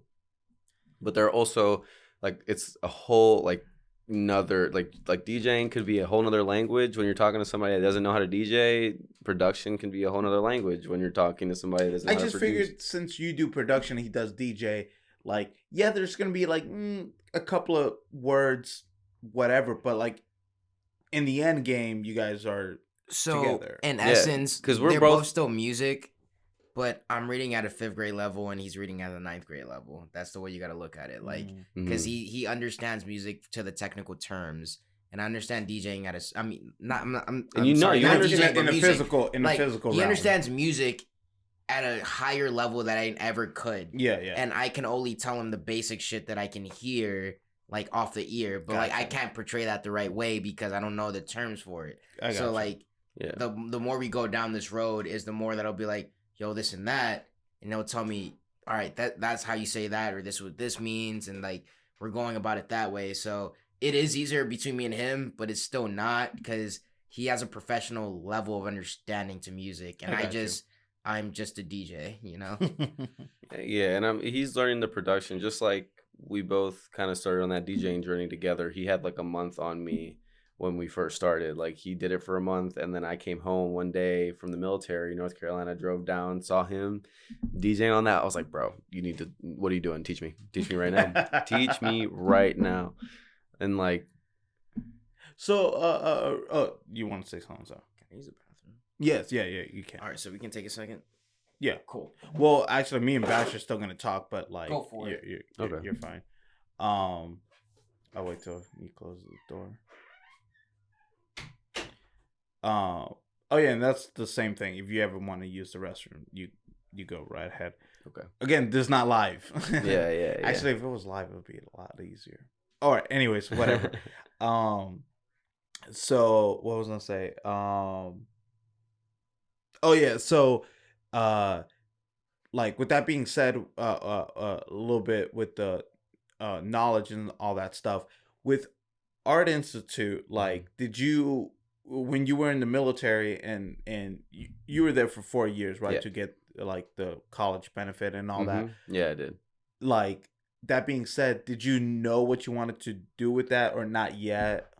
Yeah, so when I was in the military, I was so the big reason I used the military, because you know, at the time when I was a senior in high school, I was trying to play Call of Duty. If I was gonna be honest with you, I was trying to play nothing Call wrong of with Duty that. professionally. I was Yeah. like playing like game battles online and playing tournaments and making money and playing wager matches, and like that was like my dream when I was in high school. I wanted to do that, and I was pretty good or whatever. Nowhere near as good as the kids that were taking Adderall, but I was pretty good. I'm trash. Like, zombies, I'm amazing. Yeah. Multiplayer, I'm trash. See, multiplayer, I was nasty, bro. But like, there were kids my age taking Adderall every day, just fucking grinding Call of Duty, and I'm like, I didn't even realize what Adderall was until I was like 22. Same, yeah. Like, it wasn't until after I left high school that I started hearing about this Adderall, and I started going like, "Yo, where the fuck was this? I needed this." Yeah, exactly. Like it really was something else. But I ran into a recruiter walking to PE, and he wanted to talk to me, and I was like, all right, like whatever. At the time, I was super motivated after I talked to that recruiter, and I was like, I'm gonna do 20 years in the military. I'm gonna retire at 38, and it's gonna be great. And then I realized that, hey, there's a lot of bullshit in there, man. A lot of shit that like you're just like, wait, you mean 20 years of this? Psych, I'm good. I'm all set. 4 years and you got my college? Cool. As long as you got my college, I'm good. So I did 4 years and got out. I deployed twice. Here, let's pause real quick. You can go. Yeah, so I did 4 years and I deployed twice. And man, the ADHD just hit me. What was your question originally? No, you're good. Basically, no, fucking forget it. No. Like, with the military, that with school, did you know you wanted to get into it, and then you were you were in the moment where you were like, oh yeah, I was highly motivated. I'm gonna do 20 years. I wanted to do 20 years. Yeah, okay. And then I got out 4 years. I started as a computer programming major at a technical college, just, trying to pick something that's going to make me some money. Yeah. And then I realized, I was like, well, this isn't making me happy. This isn't like really like what I want for myself. Like, I want to do something like big. Like, I don't know. I want to do something that's going to make a difference, I feel like. And I don't know. I just started thinking, and the big reason why I joined the military was to give me more time, like to figure out what I wanted, because I still didn't know what I wanted when I was a senior in high school. And I still didn't know what I wanted when I was in my 4th year getting out of the military. I just thought computer programming will be all right. But it wasn't for me. And I wanted to do something cooler, something that I could wake up every morning and love doing, and like something that was fun, to me. And music was something that I always had a huge passion for, and I always loved. And I used to want to like sing and stuff, but like I can't sing. So same. Yeah, like, so I can't do that. And I was like, I don't know what I'm going to do. Then I got introduced to EDM, and like that was always in the back of my mind while I was in the military, like that whole EDM vibe, and like seeing all these people play shows and like in front of all these people, and they're just DJing, and I'm like, oh, they don't even have to sing. Like they're not even up there singing right now. They're just playing music. Like I can do that. Like I can just play some music.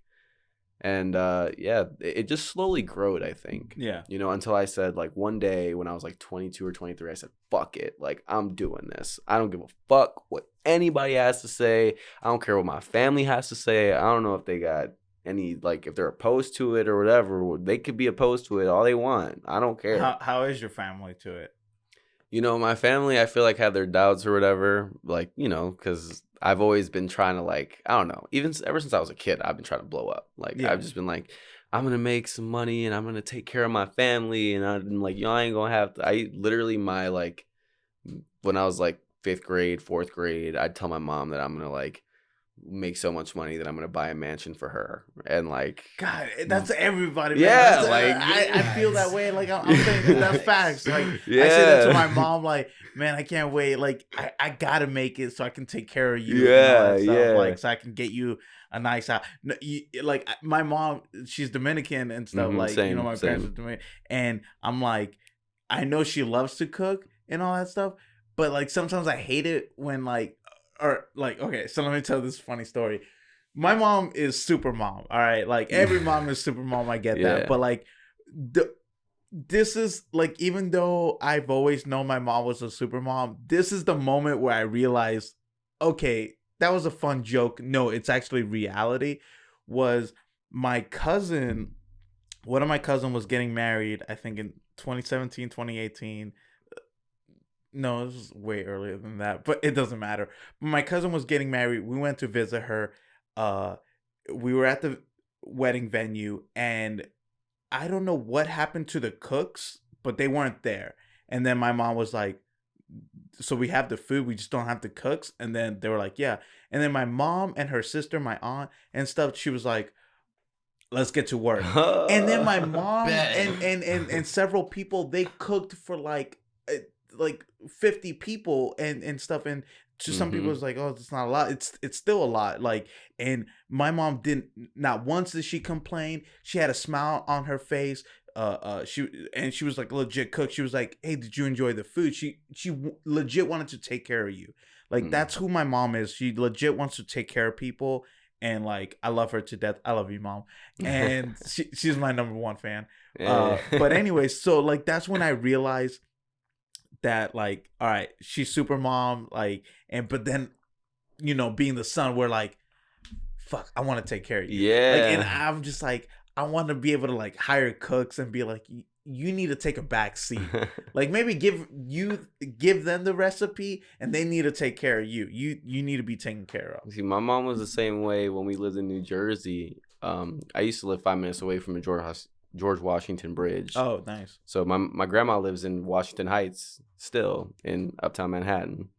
But when we lived there, we lived in like, we rented out. It was just me, my dad, and my mom, and my sister was born later. And we rented out a kind of bigger house, but like we rented all the rooms out in the top 2 floors, and we just kept the first floor. My mom used to cook dinner for every person in that house. It was so many people. Like, she would cook so much food for those people every day. They would come home for lunch, like from work, and they would all eat lunch and dinner. And my mom, you know, she was taking money for that. They were paying her for that food, but it was a lot, you know. Like, my mom would cook so much. Even though there was money there, the effort. Yeah, like, exactly. And like, it's not just that. She used to bake too. Like, she baked cakes, and like, it was an art. Like, she was an artist when it came to baking cakes, like to the point where she can like use fondant and make flowers out of that, and make, like, all kinds of things out of that. And like, it was, you know, beautiful to watch, like, growing up, you know, for her to do that. It's just so artistic. That kind of, it's not surprising to me that I ended up like trying to be an artist, going the artist route, because my mom was like very much so in that, in like especially the baking side. And then my dad too, you know, my dad worked construction all his life, but he was very artistic. Like, when I was younger, he used to make like little miniature houses in detail, just sitting at it, like that you can just hang up on a wall, like woodwork, like you can just hang up, and it's like a miniature front of the house kind of deal. I want to get into woodworking. Like, yeah, my dad's woodwork is crazy too. That's dope. That's awesome.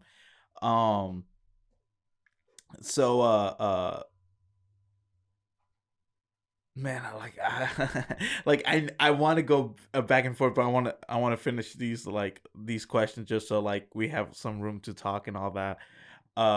So right now, like, one thing I like to like, I was giving him this, but I'll give you the floor, is like, this show is super chill, like super lax. I hope you guys are having a good time. You guys are we're having a great time, man. Dude, that's awesome. That makes me happy. Honestly, like, I take this really very seriously. My number one job is to make you comfortable, my guests comfortable. So we've been having a great time since we got here, brother. Thank you. We really appreciate it. Great. All right, so that's awesome. I really appreciate that. So, but like, I don't really have a theme for the show, but I guess this is the one theme is, I like not only a good origin story, but I like how this podcast isn't huge yet, but there you go. There you go. I like beginnings. I like when somebody talks right now where they're not big, but like, let's talk about how somebody would advise of how to get started. So for you, my advice is, like, if you were to give someone an advice, you can be general, but also I would try to like you to be specific. How would you, like, somebody comes up to you and says, Basshh, how do I get, like, I'm a huge fan now. How do I get started of doing what you do? Well, I'm going to go ahead and say one of the big things, and I will give credit where credit is due. My girlfriend did this for me when I first bought a laptop, and it was the laptop that I was going to use to produce. She put a background on it. It was Jake the dog from Adventure Time, and it literally says, dude, starting a new thing is only the first step to being sort of good at something. So I look at that every day when I open my laptop. It's there. It's right there, and I'm staring at it because honestly, it's just starting. It doesn't matter where you start from. I have friends that started out DJing on CDJs. That was where they learned. And remember, that's the big earlier when we talked about that's the $12,000 like controller that all the big spots are using. And my friend started out on that. We started out on a little 4 rectangle $250. Like not even, dude. Not even. That thing, really? we got it for free. We got it for free, bro. But that shit didn't cost no more than $20. Yeah, like what? It was like this cheap ass thing that we just got, and like we just start upgrading over time. Like you just start wherever you feel comfortable starting at, but you gonna have to drop some money. But like you start. Again, what hobby isn't expensive? Yeah, what hobby isn't expensive unless you're trying to be a professional bird watcher? I don't think that exists, but. Yo, I don't want to cry again. Yo, but I don't know. Like, I would say one of my things that I wish I would have started earlier is probably producing, because that was like a whole beast to me. I was really scared to start that because I'm like, I can DJ, but like making a song from scratch myself is a beast, and that's learning a language in itself. And I was terrified of it at first, and just got it. I just started it, but I felt like I could have started it earlier. But it's just like, get it. Just if you want to do something, just go and do it. Just get it done. Like, do what you want to do and see where it takes you, because you don't know. Like, yeah. No. See, I agree with all that. Like, I love it, and I know what you're speaking is facts. But like now, I just want to push you a little bit. Like, all right, say like right now you're talking to me, DJ. All right, what can I do right now if the time in the world, right? Like right now, what should I do first? Like, I have no experience, nothing. What should I do first? Yeah. Well, the first thing I'd say to do. To get started. Because, okay, you can learn how to DJ in like 2 weeks. Production is going to take you some time. Mm-hmm. So if you want to learn, if you start out DJing first, it will give you a basic understanding of music as far as like beats and phrasing and like sections of songs, like the chorus and the verse and the breakdown, build up in EDM terms, drop, the intro. You can learn the song structure through DJing and just playing music and mixing them together. You can learn the structure, and you'll notice that, like, for example, most songs in today's age go in an 8-bar phrase. And there's change in music like every 8 bars. Like every 8 bars, they're going to notice some kind of change. So the first 8 bars is like the intro. And a bar is like 1, 2, 3, 4. That's a bar, right? So 8 of those is a phrase. And then that's the intro. Then you go 8 more. That's a breakdown in EDM or a verse in like hip hop.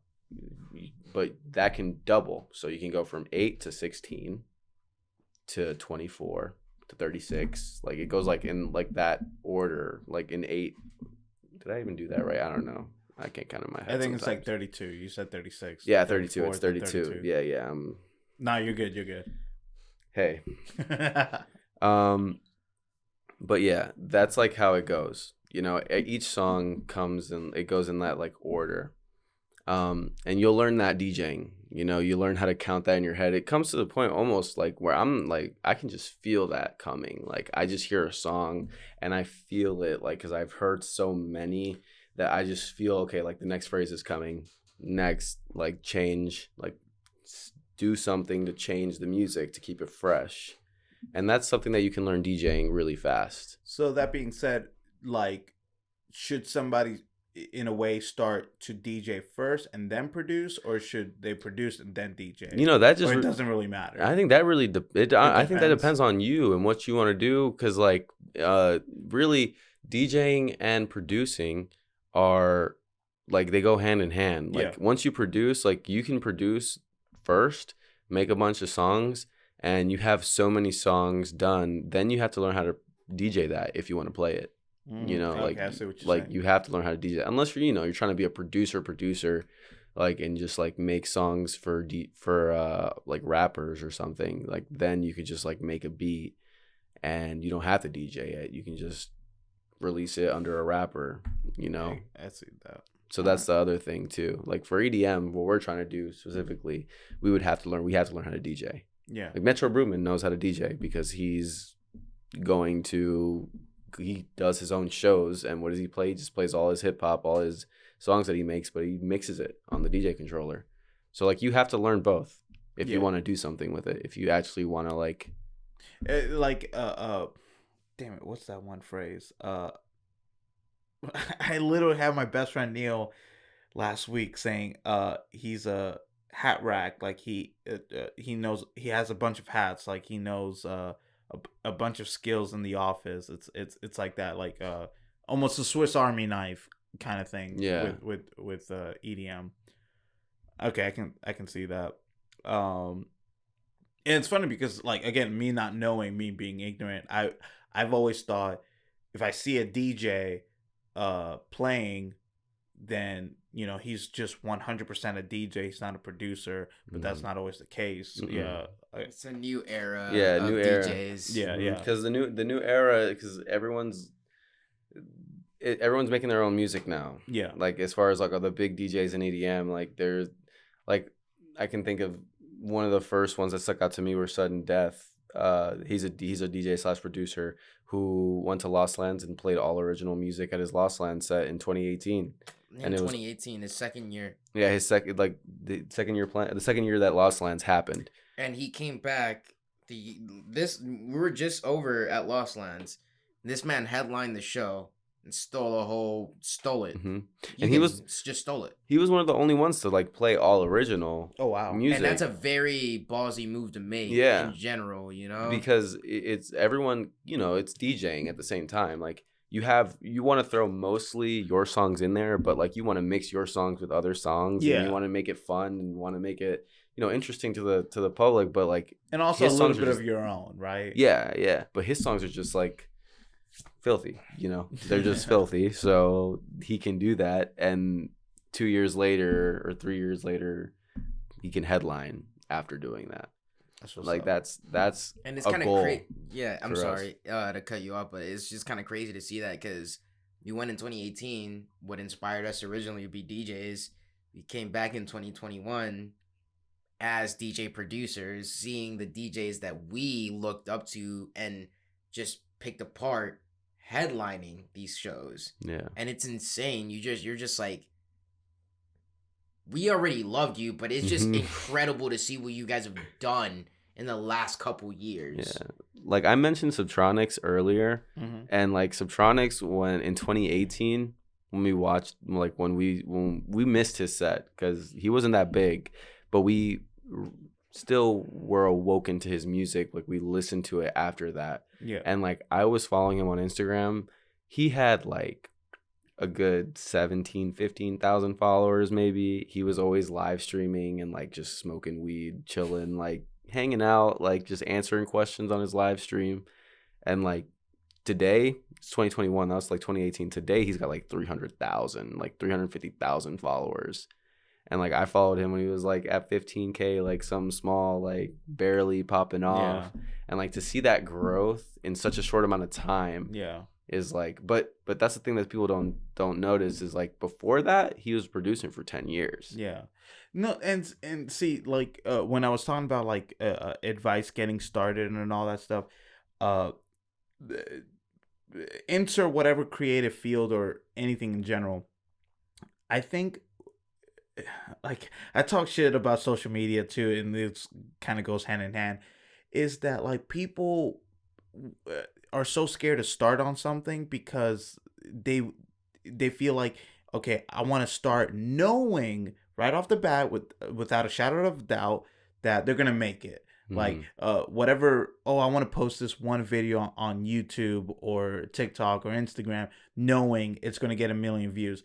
I don't want to post it if it's not going to, or I don't want to get started if it's not going to go viral. Yeah. And like whatever, to each their own. I'm not gonna judge, but like I shake my head a little bit because I'm just like, you have to start somewhere. Even Mm-hmm. the big artists, some of the big artists, insert whatever big artists, I guarantee you they had a moment where they had 10 followers, and Yeah. then 20, then Yeah. 100, then Yeah. 1,000, then 10,000, Mm-hmm. then 300,000, Mm-hmm. and all that stuff. And so you were there, like you discovered Subtronic right there at 15 when he had 15K and all that stuff. But you didn't care. You didn't Mm-mm. care that he didn't have a million. You were No. just like, yo, I love this dude's music. Yeah. That's it. And Exactly. then in a way, you're even happier. It's like, oh man, you're discovering what I discovered Mm-hmm. at 300,000, whatever. Oh, great. The more the merrier. Yeah.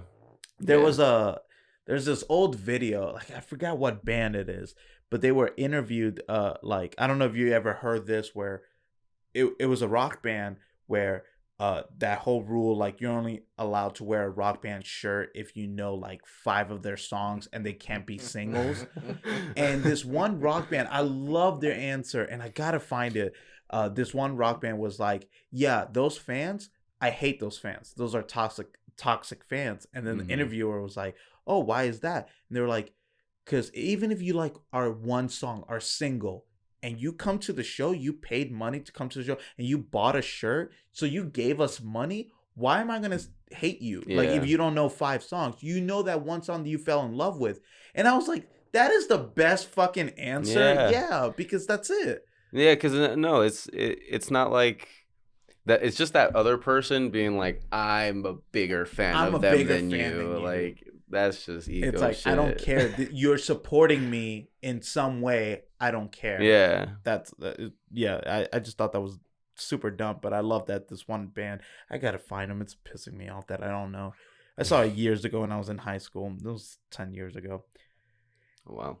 Anyways, so with your upcoming show, what's something that you would like your fans and future club promoters and this club promoter to know about you guys? What's something about like how hardworking you are, how dedicated you are? What's something, if like you would like, you right now, if you had millions of fans right now watching this, what's something you would like them to know? Well, I I mean, you mean, both can answer, but you can go yeah. first.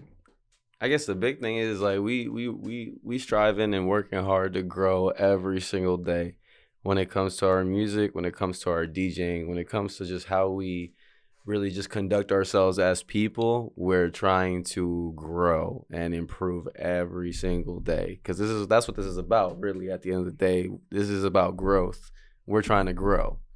We're not trying to become famous. We're trying to grow, and that's like the big thing. We're trying to give something new, trying to give something fresh, something that maybe people aren't used to. But it might, just stick around for a little bit. You might fuck with it. That's really what I have to say. We're just trying to leave a musical legacy, just like the people before us did. Mm-hmm. It's not about the fame or the money. It's about getting to the level that we want to be at, and then maintaining that level of excellence, and then showing the new generation of people that want to be come into bass music and be like, hey, we want to do this shit too, and hopefully spark the fire into those young people's hearts too. That's what we want to do at the end of the day. I fuck with that. Yeah. But at least for, Yeah. I mean, that's trying what to we care definitely about. trying to grow and inspire, like I said before. And once we get to a spot where we're, like pretty blown up, like we have some influence, like I want to try, or I know we probably both want to try to make a difference, Push that envelope. Yeah, like we want to make a difference, to impact people, inspire people, show people like that anybody could do anything that they want, and like it doesn't matter, like nothing matters, like nothing's real shit. Literally. All that matters is your will. Yeah. Are you gonna do it? Stop talking about it. Are you gonna do it? Mm-hmm. So I've asked him this, so I'll ask you this. It's just a fun, silly thing. How do you know, for you, Basshh, and not anybody else, how do you know you made it? What needs to happen for you to know, yo, I don't give a fuck, I made it? It could be anything. It could be money. It could be fame. What needs to happen for you to know you made it? Oh man, so for me, I think I'll tell you mine afterwards. That's a tough question, dude. For me to know that I made it. Do you want me to tell you mine while you think honestly, about it? Give me yours. Let me ponder on it for a little bit. All right, two things need to happen for me to know that I made it. Like, number one, the first thing is like just a random. I go to the store one day and somebody goes like, "Hey, are you DJ?" With the Hey DJ show, and I'm like, "I am." And oh my god, can I get a picture and all that stuff? That needs to. So number one is fan recognition. That needs to happen. I kind of had one a little bit, but I don't count it because it was a dude's sister, mom, and dad. So whatever. But it was fun. The second thing that needs to happen is I don't need to make bank on the show, but I need to make enough so like the show supports itself to the point where if I'm talking to somebody in Texas and I'm like, "Hey, would you like to be on the show?" And they say, "I don't got a plane ticket." I'm like, "If I got you a plane ticket, will you be on the show?" And they were like, "Yeah, if you can get me a plane ticket." I'm like, "All right, bet. Here you go." Oh wow. That's how I know for me personally, that's how I know I made it. I don't care how many followers I have. I don't care about any of that. If I know I can do that and not have it affect me, I know I made it. I know my show made it. See, I think for me, now that you say it that way, I was gonna say, like, when we are being like, we can do this on a regular basis, and this is like supporting itself and supporting us, and we don't need to do anything else like on the side. Like this could be our core focus. I feel like when we're able to do that, that is when like I have no worries in the world about anything. The fact that I can do this only and make enough money to pay all my bills and still be able to like live my life, that's when I'm like, I made it. Like I'm just gonna keep like it's just gonna keep getting bigger after this. Like yeah, it can only go up. And I'm so happy you said that. It puts a smile on my face for real, because that's how I feel about with this podcast. It's small now, but it can't go any lower. It can only go up from it can't here. Get Like, I'm genuinely an optimistic dude by nature, but honestly, like I look at this, I'm like, I think I have like 60 subscribers on YouTube and like 120 followers on Instagram, but I don't focus on it. I just happen to notice it. It can't go any lower. It can only go up from here. So I'm excited either way, and yeah. It's saying we like to stay in that mentality, like we're gonna happen. It's gonna happen. There ain't no quitting. Like there's no stopping. Like we just gonna keep going. This is gonna keep happening. Like you already started. Right now, honestly, there's somebody right now that's gonna watch this and be like, "Man, damn, I wish I was in their position," because I know you guys hit up clubs personally to try to be on their show, but every now and then he did. But every now and then they hit you up and say, "Would you like to be on the show?" Yeah, that has to be a great fucking feeling. And that's somebody right now sitting in their apartment watching it on their phone or on their TV, and they're like, "That would be nice if somebody would hit me up and be like, 'Yo, would you like to play on our venue?'" That must be take the first steps. You gotta shoot your shot. But you gotta shoot your shot. You gotta be willing to fucking put your. If you don't shoot your shot, ain't nobody gonna know that you exist. Like exactly. Oh my god. You literally just have to put your pants up and just be like, you know what? I can do this. Let me see what people think of what I can do. Yeah. And put that product out into other people's faces. Yeah, and the other thing also is like you gotta be willing to eat some dirt. You really do, yeah. You gotta be willing to eat some dirt, because it's not gonna be sweet all the time. Yeah, it's not. And we've had some shows where we've played and like we've had some good turnouts and we felt good about it, but we didn't get no money. But like that's how show business goes sometimes. Like you gotta eat some dirt. And look, we've gone through those situations. Now that same venue got us a headline spot, and we're gonna be headlining after that. Now I feel like there comes a point, like for us, once we have our first headline show, we can kind of be a little more like put our foot down on the eating dirt, because now we've headlined before. We have that under our belt. We have that in our resume, along with all the other shows that we've played. You know your worth. Yeah, you exactly. know your value. Exactly. Yes. So like that's a big step for us. This headline show coming up. Like we're gonna be able to maybe put our foot down, and get a little Bargain more a money little bit. after it. Yeah. We're going to put our foot down and give him the business. It's nothing else behind that. Well, no, that's good. I mean, overall, it's a business. You need to know your worth. It's like, hey, listen, like I would love to play for this audience. Yeah, but like, hey, listen, I got some bills to pay. This is my price. Ain't nothing wrong with that. And, Well, not even to that point. It's just like, you know, we're still those underground artists, but if you gave us a headlining show, then we're going to continue to maintain that level of excellence like we previously talked about. Mm-hmm. We're going to stay at that level, and we're only going to go up from there, and we're not ever going to go back down from that. And same with along the lines of eating dirt. Have you guys ever played a show where maybe the audience loved it, but you guys were like, yo, we were trash?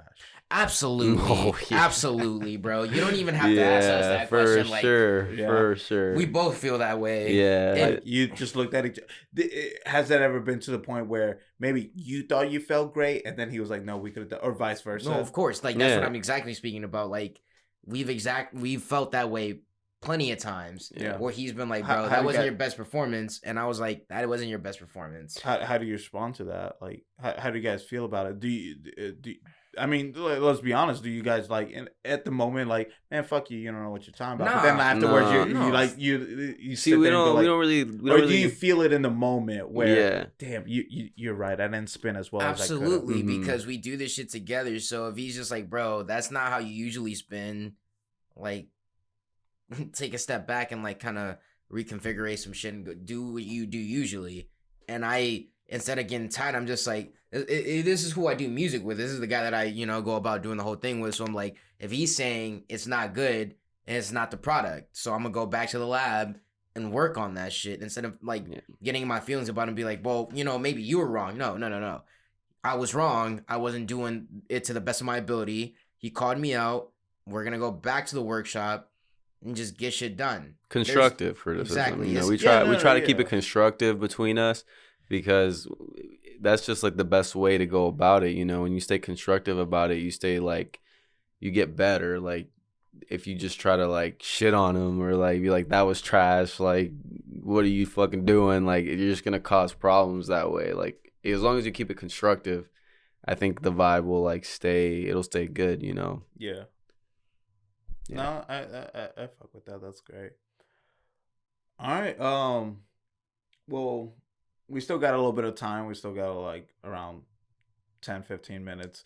I want to open the floor up to you guys. Is there anything like that you want people to know about your music, whether it's upbringings, music, or whatever you want the fans to know? I'm leaving the floor up to you. So on October 16th, we're going to be showcasing the Unity set.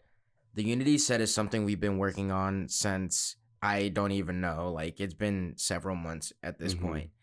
The Unity set is a journey through bass music. It is not dubstep. It is not rhythm. It is not bass house. It is a journey through bass music in its whole and entirety.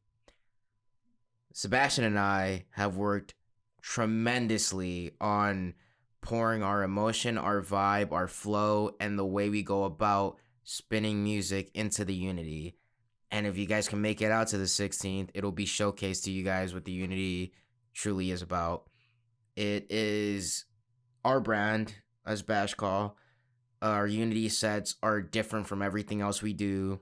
It is a style that we specifically focus on that is nothing but the heaviest, the most melodic, the most left field, the most rhythm-like. It's a melting pot. It's a melting pot. It's a melting pot of dubstep and bass music in general. Follow us on Instagram. Hit up our socials and stuff. But I just wanted to give everybody an in-depth explanation of what the Unity was before it happens. Yeah, because we will definitely be like, hey, this is our first Unity set at the headline show. How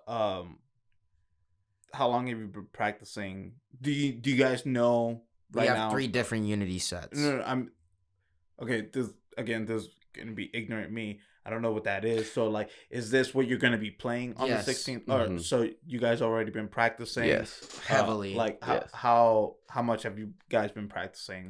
Like more than you could even like count on your fingers. Yeah. But I mean, like in terms of time length, like a couple of months, weeks. Months. Yeah, months. It's Months been in months in the preparation works. for Yeah, this. it's been. We've also previewed like parts of it at other shows that we've had.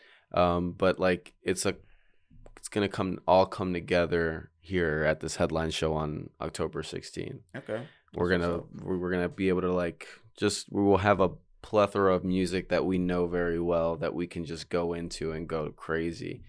Yeah, that's just really exciting. Also, music as far as actual songs go, we got a lot in the works there, and we got a lot coming out in the near future within the next 4 or 5 months. Like, just expect some music to be getting dropped randomly. I'm gonna hold you guys to that because Yeah. again, I want it. I don't care about the audience. I want it. All right, yeah, Like, so I can have it on my phone.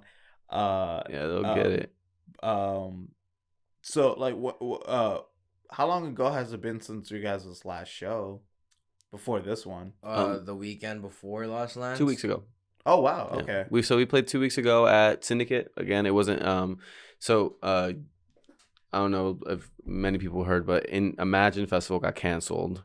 It was the festival here in North Georgia that was supposed to be happening like 2 weeks ago, and that weekend we got a surprise show at Syndicate because there was thousands of people here in Atlanta that traveled from all over the country, all over the world. There were people from South America that traveled here to Georgia to go to Imagine, and it got rained and canceled. So there was a bunch of EDM heads just staying at random hotels and everywhere all over Atlanta that just ended up going to a bunch of shows. So like that was a really good opportunity for us to like play for a lot of people. And then we went to Lost Lands and we played at the campsites for a bit too.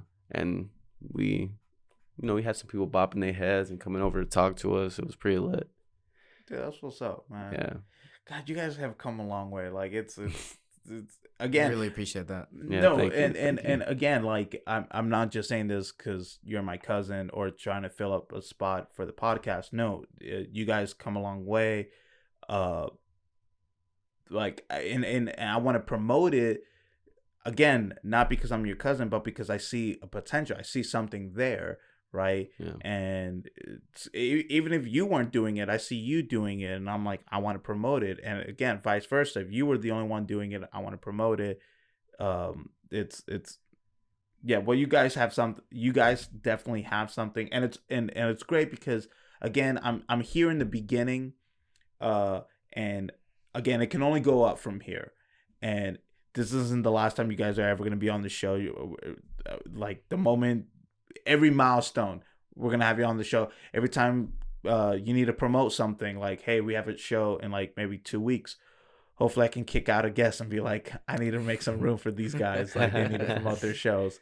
Heck So yeah. no, guys, I really appreciate it. We'll definitely be hitting you up whenever we got, EP releases and shows coming up, big shows. Yeah. We'll definitely be doing that. That'd be lit. I would like to say before everything. Yeah, because I was about to say like I need way before we wrap, I need you to give me your handles, plug the show one last time before we go. So you go. It's always hard to start something that you don't know, and it's always hard to throw yourself and believe in yourself into the unknown because that's just human nature. But the second you start, that's the first step. Starting is the first step, and actually doing it is the second. The third step is believing in yourself and believing in what you're doing, because that's what kills dreams a lot. You can start it all you want, but when you start doubting yourself, you're just like, bro, I don't know if I can do this, or maybe this isn't for me, this and that. That's when you sit back, you take a deep breath, and you have a drink, smoke, do whatever you do, and you're just like, nah, I got this, I can do this. And you have to believe in that. That's the only way you can go about doing what you want to do and like pursue your passions, because if not, then what else are you doing? If you're not throwing yourself 100% into 1,000, 1,000,000%, like fuck 100. If you're not throwing yourself into that and being scared of the unknown and being like, man, like I don't even know, should I keep going? Am I good enough to do this? If you're not thinking those thoughts, you're not throwing yourself into what you're doing enough. Mm-hmm. And I promise you, from the bottom of my heart and probably his, yeah, we have those doubts too, bro. Like, just because we can DJ and just Yeah. because we can, like, you know, he can produce and we can do all this doesn't mean that we wholeheartedly believe in it. Because it is scary at times, but we do. And that's what keeps us going. And our outside motivations are always the reasons why we're just like, fuck it. Like, I'll be the next champ for sure. I got it. You got me fucked up if I'm letting all these people down around me that believe in me. No, literally. Right? Like at this part, mm-mm. like, what's that saying? At this point, it's like, yo, too many people are counting on me. Yeah. Like I can't. Exactly. It's not even about me anymore. Yeah, it's not. It's not not. about me. It's like all these people surrounding me that support it and like actually see like the potential in it. Like that just they're gives investing me, in you. Yeah, that gives me the fire. Like it just makes me like, like this. There's no turning around. There's no turning around. No. It's only going up from here. Like period. All right. So last call. Loretto, please give your handle. And so my Insta is at Last Kall ATL. Switch the A's for V's for Last Kall because I'm just weird like that. My Twitter is at RobTheBuilder23. Sadly, because I can't change that. Why don't you just make a new one? Or you don't want to lose He your has like followers. 1,000 followers Yeah, on that. yeah. thing. I just realized that. You can't. I have a Twitter, Like but my name is different on the Twitter, but it's not the same handle. Yeah. And then my Snapchat is at Wrestling Monkey. Follow me. I honestly have a lot of funny ass content on there, and it's just a day to day with me and Sebastian all the time. Like, if you want like the in depth of what we do, just follow me on my Snapchat, and you'll always see what we're doing. Honestly. All right, and Basshh. Yeah, so my Instagram is Basshh, spelled BASSHH .ATL. And my not my Insta, I just said my Insta. And my Twitter is the same thing, Basshh. That's again BASSHH _ATL. That's my Twitter. And if you want my TikTok, because I have some stuff on TikTok, I guess, it's Basshh _Kall. That's just the collective. BASSHH _Kall with a K. KALL. That is TikTok. And the duo Insta is at Basshh Kall. BASSHHKALL. Sorry. And that's the collective Instagram. That's our Instagram together. Yeah, that's the duo's Instagram. Yeah, the duo's Instagram. All right. So the show is October 16th. That's on a Saturday at Syndicate Presents. The show you can follow them on 4 Instagram too. Shout out to Syndicate Presents. All the guys over there, Baker, Thank Lurk, you for, hosting. So all of those big guys. Thank you so much. Mm-hmm. All right. Well, Last Call. Always a pleasure. Always. Yep. And Basshh. All right. Thank you so much for having me. It was a blast. First podcast. All right. Well, thank you guys for coming on to the show. Were you about to say something? Thank you. Yeah. Thanks, man. All right. Well, thank you guys so much, and thank you guys for tuning in. See you later. See you.